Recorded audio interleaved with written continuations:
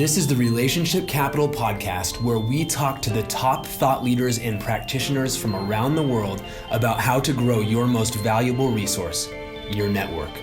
I'm your host, Adrian Chenault, and Relationship Capital is brought to you by your friends at Contact Mapping, the #1 app for building your network.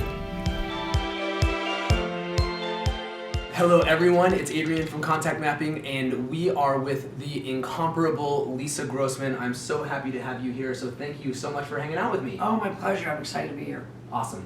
So we're at GoPro Recruiting Mastery here in Las Vegas, and I wanted to grab Lisa and dip into your wisdom because you are like the queen when it comes to real relationship building. I love that about you. For those of you watching, wisdom is a cliche and euphemism for old. Your words, not mine. It's okay. So I want to dive right in. So what we're putting together is something that's really designed to help somebody who is new or maybe struggling in building a business. They want to know how to build relationships the right way, in a way that's going to feel good and serve their business. So what would you say to somebody like that? Well, first of all, I'd say you already have a lot of great relationships, and the way that you build relationships to business is the same way that you build relationships, period. So if you are a person who cares about other people, who listens to what other people are saying, who looks for the commonality between people, who wants to leave it better than they found it, and thinks that a great part of the day is knowing that you helped someone else's day be a better day by showing up in their day, then you are on the road to where you need to be. If you're not a person who's really cognizant of other people and taking care of other people, chances are your own relationships need some improvement, and you're going to find that that's going to tenfold present itself in business. Absolutely right. And so thinking about, let's say, tapping into the relationships that you already have, how do you have the right kind of conversations that start to take it towards talking about your business without sacrificing that relationship? I think for a lot of people, the challenge is they think the beginning is, what am I going to say to somebody? Mm-hmm. Usually with an agenda of, what do I want the person to do? Right. Well, we're in the choice business. So first and foremost, all I want a person to do is to be willing to listen, to go through a process with me. And if they're willing to do that, even if the answer is no 100% of the time, they're a hero in my story. Yeah. So what you have to ask somebody yourself is, what outcome do you want for the other person? Yep. Because too many people approach something with, I want this person to buy X, or I want this person to join X. I want a person to make an informed decision about whether X or Y is something that could enhance the quality of their life. Mm-hmm. Most people are not looking for what you think they're looking for. And we start conversations based on what we'd like them to do and the fact that we think we know what they're looking for. Well, we can't get them to do what we want, and we're often what they're looking for, because most people are not looking for a pot of gold at the end of the rainbow. They're not looking for you to solve all their problems. They're not sitting in a chair thinking life is desperate and you showed up with a way for them to, make $1 million. What most people are looking for is for things to be a little bit easier, for their life to be a little bit better, for it to feel a little bit better, to enjoy life a little bit more, to give their family little extras they can't give their family right now. If you believe what you have can possibly fulfill that desire for people, then the conversation needs to be about that. What are they looking for? What would make them smile? What would make their day a little bit brighter, a little bit easier? Did the fact that you showed up already make their day a little bit better? So to me, it's not about what you say. That's a presentation mindset. Right. Let me back up. There is a place for presentations. Yep. It usually involves a flip chart or somebody holding a microphone or being on a stage. But the interaction in relationships is almost exclusively always conversations. So you can't show up with a scripted mindset, because when the person goes off script, you won't know what to say. What you need to do is show up with a desire of where you want the conversation to go, but with your ears turned on. Because if your ears are turned on, the conversation progression will tell you exactly where you need to go, what you need to ask, and what you need to say to better help a person get closer to understanding of what you do, what you have, and if that can possibly benefit them. And if you trust the process, and if you trust your product, and if you trust your business, it really doesn't matter what they do. Because not everybody's going to do anything. But if you're treating everybody with dignity, respect, and honoring the decision that they make to the point that even if it's not for them, they're glad you showed up and they'll let you show up again, it always works out. That's absolutely right. And you have mentored, you have served as an upline, but I think first really mentored and built relationships with some people who are some of the most respected people in this whole profession, who are doing huge things right now. You know, when you talk about somebody who clearly has big potential and has gravitated towards you, and you know who I'm thinking of, but you know, how do you build a relationship like that with somebody who clearly has big potential and yet you're finding a way to contribute? And you are going to hate my answer, because I think that potential, when recognized, is a good thing. I think coaches recognize potential, but it's not the potential that's key.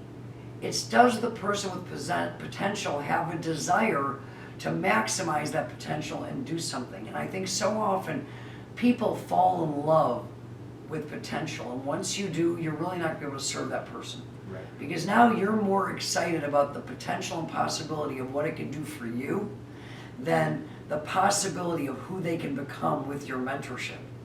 And once it becomes about you and not about them, the vision's skewed and nobody's going where they want to go. And I think people fall in love with potential when they see something they're afraid they can't do themselves. And anything that you see somebody else do, you may do it, you may take a slightly different road, you may have a slightly different viewpoint. I know for sure you'll have a different story, because everybody's story is unique, but there's nothing that you see somebody else can't doing that you yourself can't do. So I think that potential, when recognized, if a person is open to mentorship and you are open to the fact that it's now about their journey, not yours, helping them on their journey may benefit you, but most of the people I mentor, the benefit to me is if I can make a difference, I did. Right. I usually don't mentor, most of the people that I've mentored are not in my business, they didn't end up in my business, and I can't draw you a direct line between I mentored them, it made me money, but I can draw you a direct line between I mentored them, they mentored me, and I make a lot of money today because of the people I chose to associate with. Yeah. All better than me, by the way. That's a clue. I think that I have great relationships because there's two things that a relationship should do. One, you should seek out relationships that make you better.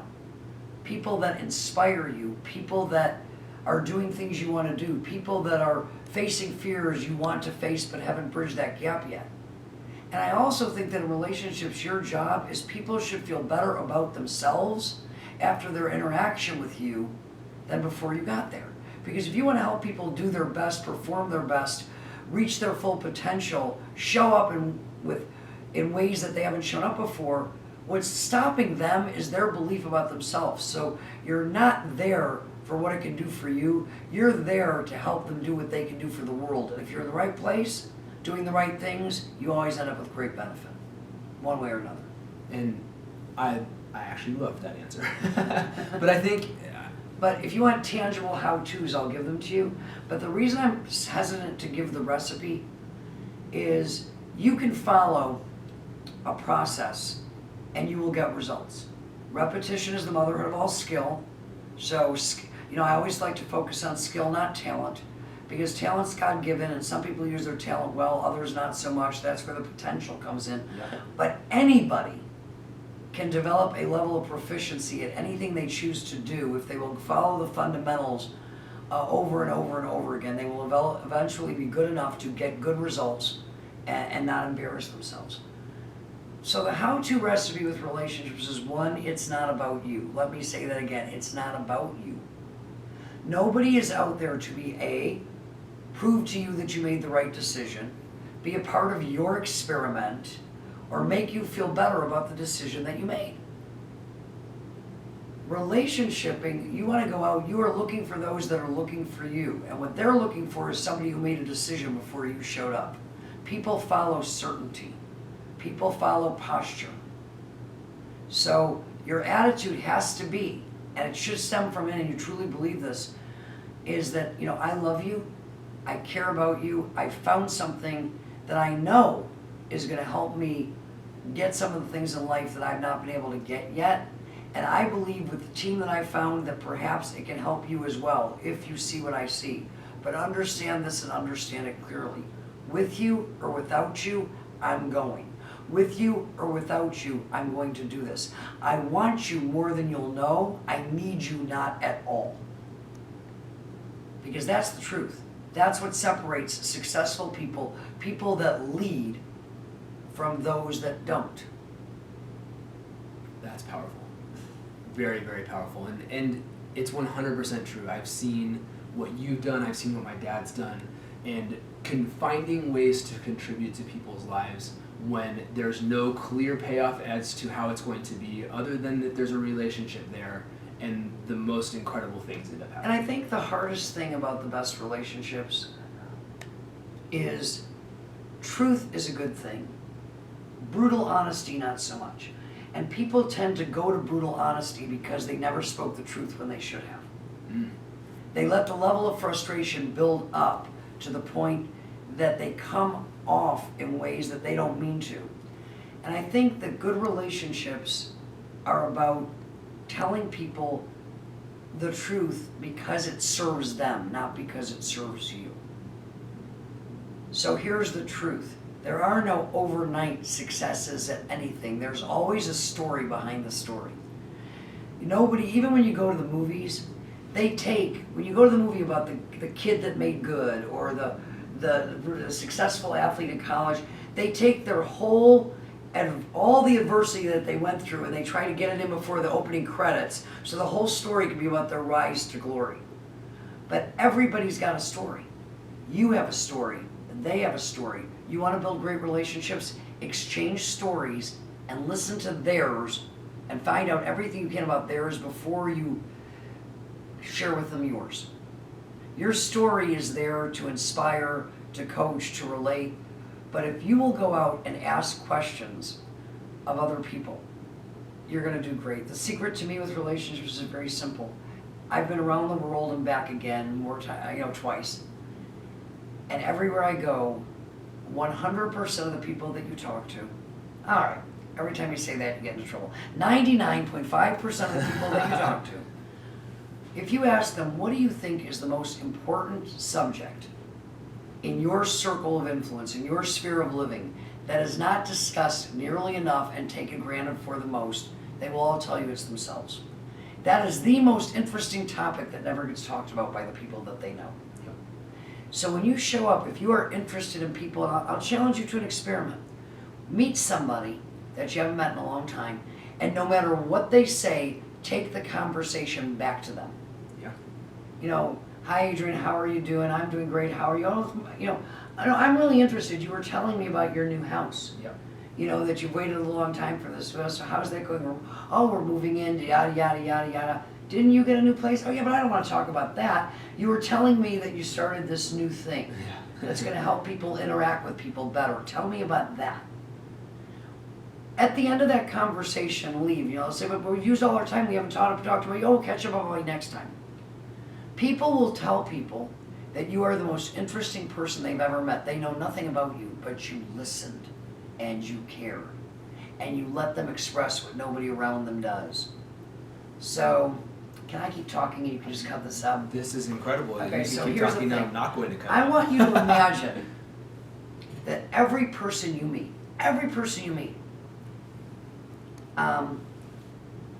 you have something that they need. You have a product that's going to make their life easier. You have a product that can help them improve their health. You have an opportunity that could be the cure for the financial cancer that their family is suffering from. But when they meet you, they're carrying this big, heavy bucket. And the bucket says stuff. And it's filled to the brim with everything in life that didn't work out.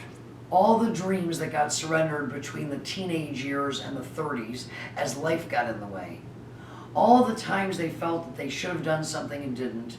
All the frustration of doing laundry, cleaning up after house, if you're a woman, having 10,000 rolls and nothing left for you. And that bucket's full to the brim. And here you are, perky, with all this stuff that you want to fill them with that could help them, but the bucket's friggin' full. Their bandwidth is exploded. There's nowhere for it to go. So sit down, let them empty the bucket, let them talk, ask them what's going on. It'll calm them down. Somebody's interested in me. Oh my God, I got that off my chest. Oh my gosh, somebody listened. And now there's room in the bucket. And they're open to you helping them replace some of the junk you just let them dispose of with good stuff that can help them. And that's the things people never forget. They always remember who was there when life wasn't the best day of the year. That's so good. So one last question for you. You have not only done this all over the United States, you've done it all over the world, and you've done it a lot in Asia. And I've spent a good amount of time in Asia, culturally very, very different in many ways than it is in the United States. And so I'd love your thoughts on what have you learned about building relationships in different cultures, both about what's different and about how we're the same. Well, see, here's the thing that I'm going to start with this. Everybody thinks that people are different, and we are. There are a lot of differences between people. For example, I use a fork most often, and in China they most often use chopsticks. And people get caught up in that, forgetting the most important thing. We're all eating. And everybody likes to eat with people. Everybody likes to sit down and enjoy a meal. So I think you can go around the world. What I've found is if you talk to most people want a better life for their children than they had for themselves. Most people want world peace. Most people want to get along. Most people want to be educated. Most people want exactly the same things. And if we focus on what's we have in common, the cultural differences become revelations that are joyful to see and learn different ways of doing things, because I still primarily use a fork, but you know what? I can eat pretty good with chopsticks. Yep. And I didn't know how to do that before I went to Asia. So I didn't go with the attitude as so many people do, oh my God, look at how a fork makes so much more sense. Why do they even eat with those things? That's just people's fear that it's different and that they can't do it. I'm excited because since I went to Asia, I don't speak Chinese, true, but I know everything I knew before I went. I know things I didn't know if I hadn't gone, and I got new perspective on the things I knew already. So I used to tell people, I had the business that Hugs and Smiles built. I went to Asia not speaking a word of the languages, but I went to Japan and they were very stiff. I had them dancing on tables to live in the loca vita, because the meeting, I couldn't tell if they liked what I was saying, if they didn't like what I was saying, if I had a bad translator, if I should be doing mine, because I got no reaction. So I'm like, okay, we're gonna dance and loosen up. And I was dancing by myself. And I'm like, you know what? I've got more music. So if you want this meeting to start, you can either dance with me for 3 minutes or you can watch me dance for the next hour. I don't really care. But I got them dancing. I would go to hug them and they would be very, very stiff. Until I felt their body release. Yeah. And then they hugged me back. So I had the business that Smiles and Hugs built. Because I didn't do the suit thing well, and the world caught up with me. Now we do it in blue jeans, thank the Lord.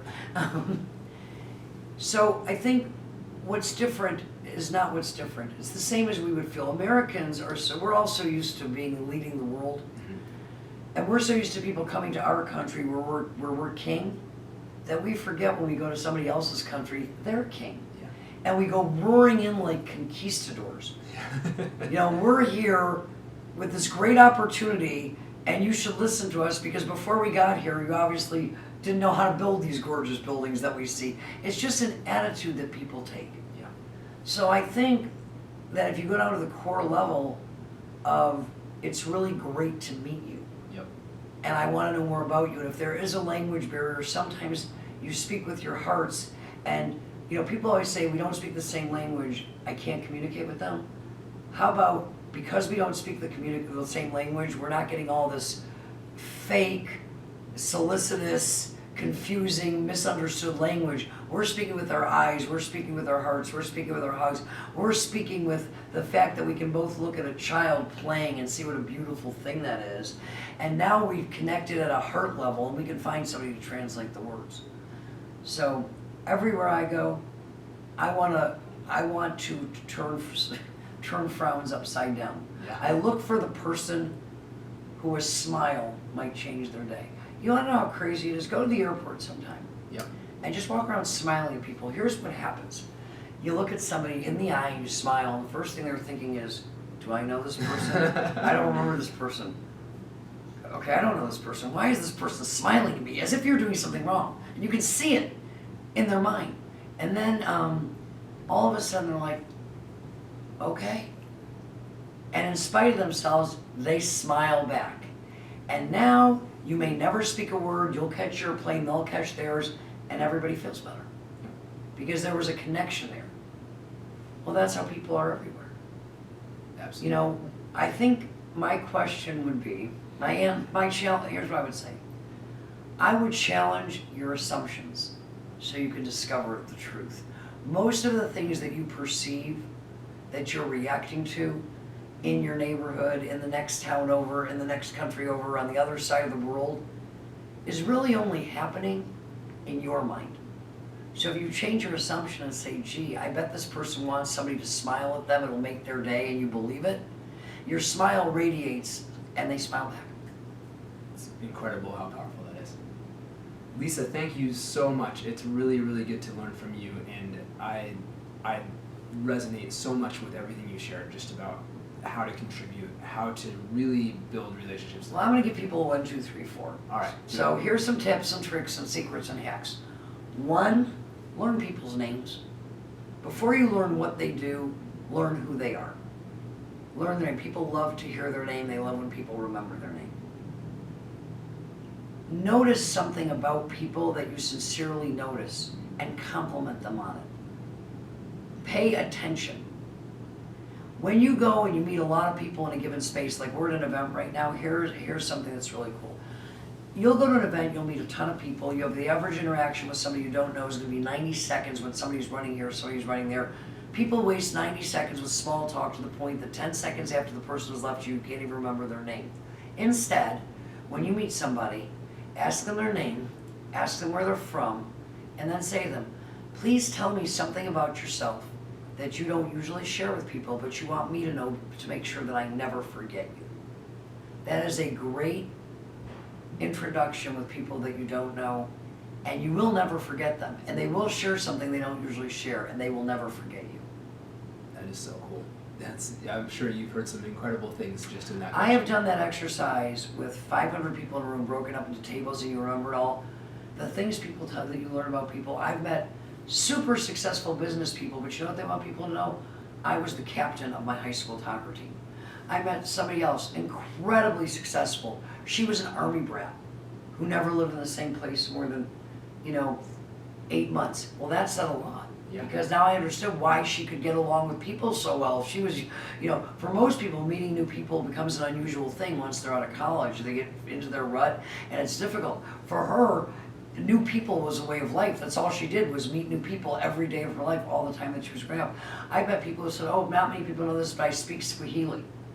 Wow. And I can tell you who these people are, Yeah. their names and where they're from. Yeah. I met people who said, I'm a dog mom, first time I ever heard a big thing today, and I said, what exactly does that mean? She said, I love dogs. I said, oh, well, I like dogs too, and I have 14 of them. You have 14 dogs? I'm like, okay. Wildest things. Yeah. And we'll try it here. I mean, I know you well, but tell me something about yourself that you don't usually share with people, but you want me to know so that I'll never forget you. On the spot. It's okay. It can be anything. And I'm not prying because you get to select what it is. Yeah. I won the 4th grade spelling bee at my elementary school. And you still remember that, I don't do. you? That's one of the greatest days of my life. And that's really cool. And that tells people a lot because you're very articulate. And you write very well, and that obviously started way back when. So in that statement, I know a lot of things that are important to you. Yeah. You hate when people text and use all these like words that aren't words, don't you? That's not good. Drives you crazy, doesn't it? Yeah, he's one of those because he's a speller. Yep. Funny that the random thing that pops into your head that is actually telling about who you are, right? I love to knit. Yeah. I used to tell people about cooking, but now that's all over social media, so everybody knows that I cook, although that shocked people. Yeah. Because they envisioned I was spending so much time, hustling, that every now and again I stopped for, a TV dinner or something. Yeah. But yeah, I love to knit. What do you like to knit? What kind of Afghans. Afghans. I tried sweaters. They looked good. They never fit anybody. I was very bad at the measuring thing. Okay. But Afghans, you can't do an Afghan wrong. One size fits It's all. one big, large, like rectangular square. Nice. They're pretty, and people get really excited when you give them to them. That's so And nice. even more excited when they know you made it. Yeah. That's wonderful. All right. Well, very cool. Thank you again. I really enjoyed this. Thank you. Yeah. Hug. You're a hugger. I am a hugger. Thank you so much.